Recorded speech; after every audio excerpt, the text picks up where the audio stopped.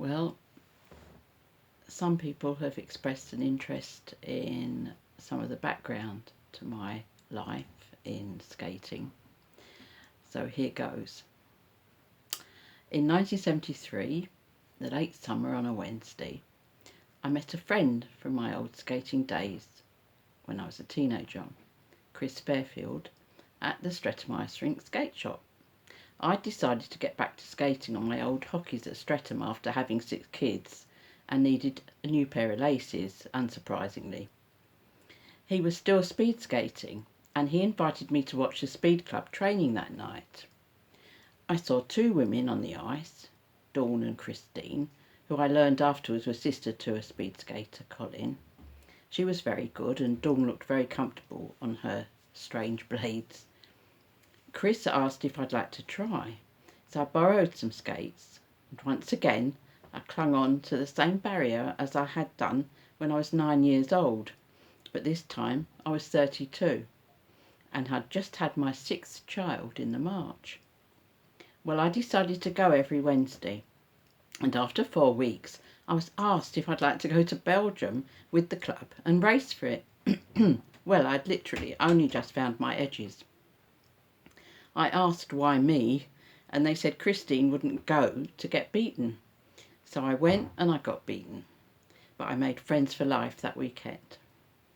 And I must mention John Blewett, who as a judge at the time skated alongside me inside the track on that last lap of the 1500 metres, shouting encouragement because I was on my own. He encouraged me even right up until now. When I came back, I asked to join the club. Well, they said no female members were allowed, but I was allowed anyway as a junior, which was the under 16 boys, to make sure I wouldn't have a vote and couldn't get to sit on the committee. I continued to train every week and I used to race against club members. We went to matches around the country. Christine left the club and Dawn stopped coming as well. I saw no other woman skating, although Vicky Friend, who raced outdoors and I met sometimes at Richmond, still skated occasionally, and Pat Tipper, also an Olympic outdoor skater, had retired. I recall Malcolm Conway's sister Ros was a good skater, and I do remember having a race with her one time. By 1975, I'd been allowed to pay a full sub and be on the committee, as Alex Ramsey, our club secretary, asked for me to be his assistant. Kay Dibbling asked to join us in the June, and it was left to me to help her. So I became a coach. I didn't realise that was what it was and what was happening. Well, she got her speed skates in the August because it was hard to get smaller sizes then. So me and Kay raced each other and the men. That year, 1975, I decided that we needed other women to take up the sport. We couldn't just keep racing each other. And when I went to Belgium, there were as many girls as boys on the ice in speed skates. It was like heaven. The judges, however, were all men. I raced for Streatham in Bruges at an international club meet, and there I raced against the Dutch and Belgian champions. They were so amazed and shocked that there were no other females racing indoors and that I did not train in a gym. When I came back, I resolved to change all that. I made a nuisance of myself at every race meet up and down the country, telling the clubs, their secretaries, to get women and girls to take up the sport and join their clubs. The first women to let us know they existed were Nottingham's Mandy Horsball, now Worth, a figure skater of some standing, and Kim Ferran, whose brother was a speed skater at Birmingham. They came to Streatham and the first ever race took place there. Kay won, Mandy came second, me third and Kim fourth. I told Kim that she'd soon beat me, and she proved me right. Early 1976, I became a full member of the club, and I was on the committee as secretary. Alex had dropped all the club papers off at my work one day. He was retiring.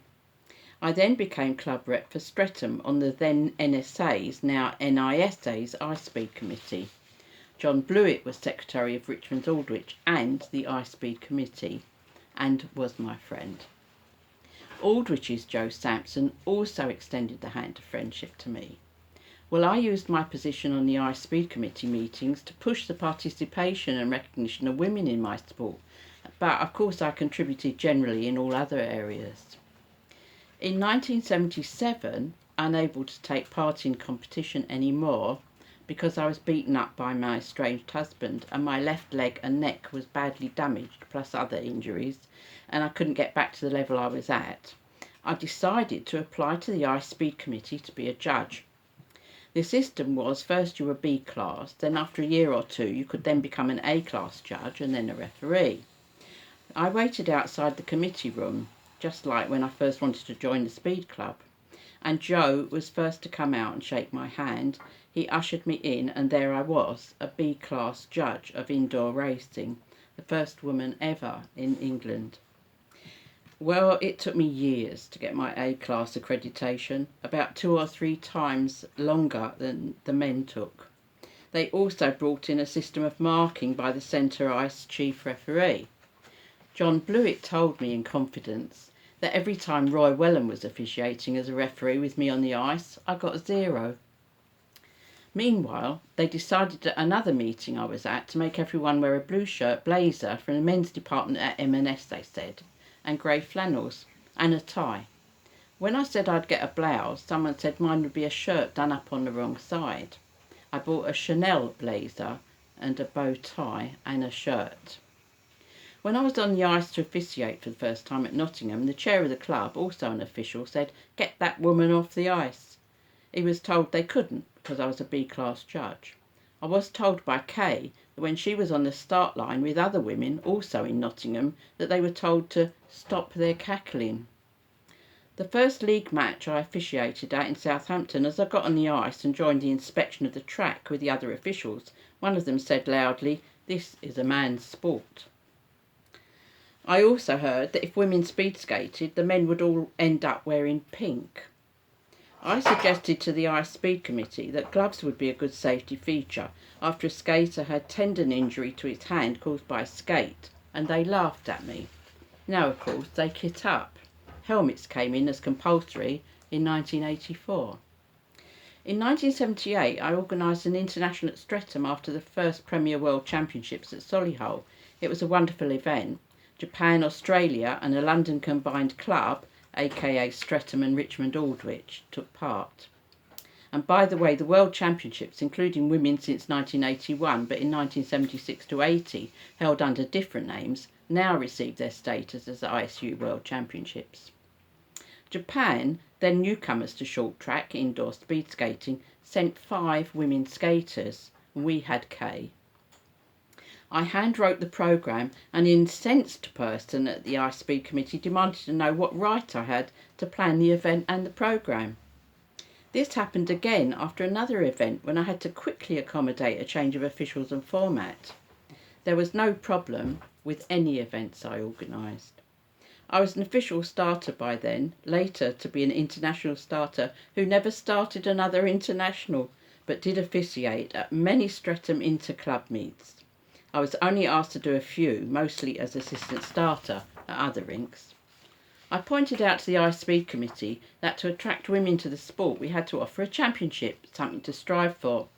They said eventually that they would consider that if I could find 16 women of a standard to compete, at the time there were about 6.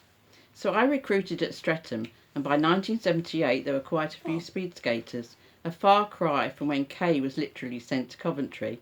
Hardly any of the boys or men spoke to her, and when she entered races against the men at Richmond, she won a bottle of aftershave.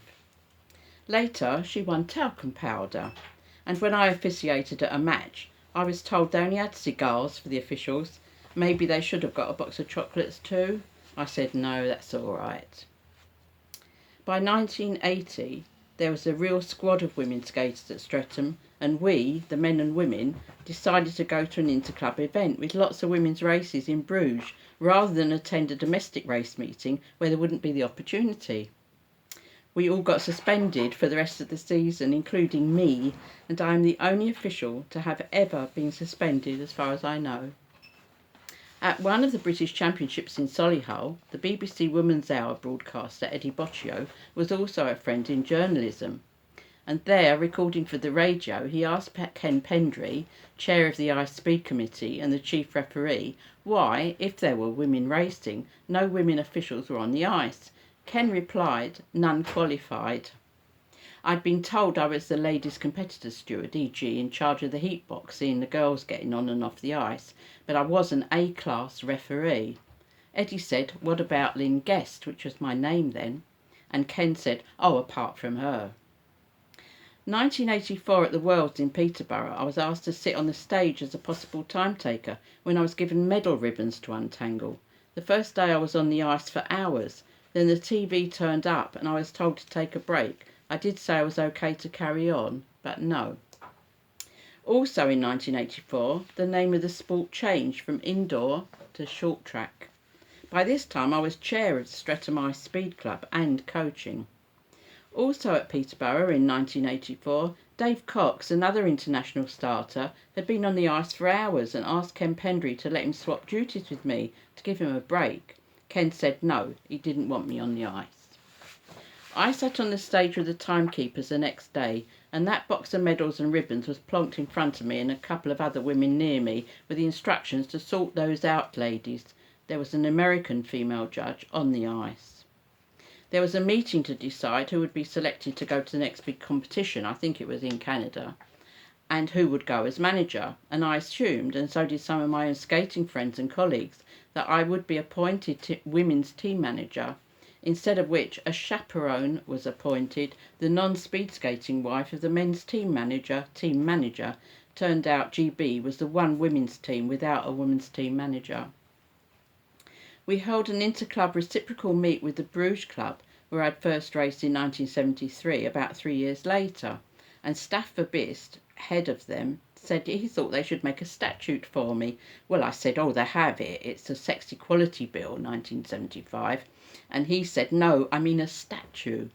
And I said, only to throw things out, I would think. In 1975, I raced outdoors on the fens, and I'll never forget the kindness and encouragement I received from the Fen Centre and the skaters. I drew in the first ever legally mixed draw a time trial against Paul French, then manager of Peterborough Ice Rink. He treated me as an equal, as a skater, as did all those fen skaters, and when he won the toss, he took the inside lane. What's it? After I refereed the European Youth Championships in Bruges in 1983, so I asked for an international referee's badge for my blazer. I was told it was only kids, so it doesn't count. When the Belgians heard, Staff said he would like to come over and give some officials, I will not name them, he did, a black eye. I was asked to write a book on women and sport for Thorstons in 1988, and I was publishing editor of Sportswoman magazine, and I was not invited to the book launch because, their excuse, it was one in a series they were launching. The thread that wove the book together was my own sport of speed skating and later ice hockey, another game I facilitated for women here in the UK. Neither the NISA or ISU bothered to promote it. However, not only did it sell out, it's still in college libraries and public libraries and doing the second-hand rounds on eBay, etc. I've been told that many have used it for their sports degrees and diplomas. I also wrote about speed skating from 1984 onward in the national press and of course any women's competitions, although media coverage has always been dire in the UK, both for speed skating and women's participation in this or any sport, full stop. Fast forward then to 1990 and I introduced new training techniques for my skaters at Alexandra Palace. The New Zealand relay team came over to join their countryman Matthew Biggs, who'd been doing phenomenally well under my training regime, and when some skaters from the Aldrich Club walked in, all skaters were always welcome to our training sessions, they laughed and asked the Kiwis why they were training with me. Well, they went back and they won the Relay World Championships in Australia. So, at that time, I was also producing a monthly newspaper, Freebie, for all the ice rinks in the UK. I joined the National Association of Sports Coaches and was invited to coach in South Africa after apartheid. And when I came back, I visited a training session at the Aldrich, where I felt less than welcome. Now, that wasn't new, because when I started training there back in '75, I was not allowed on the ice unless I had a female chaperone.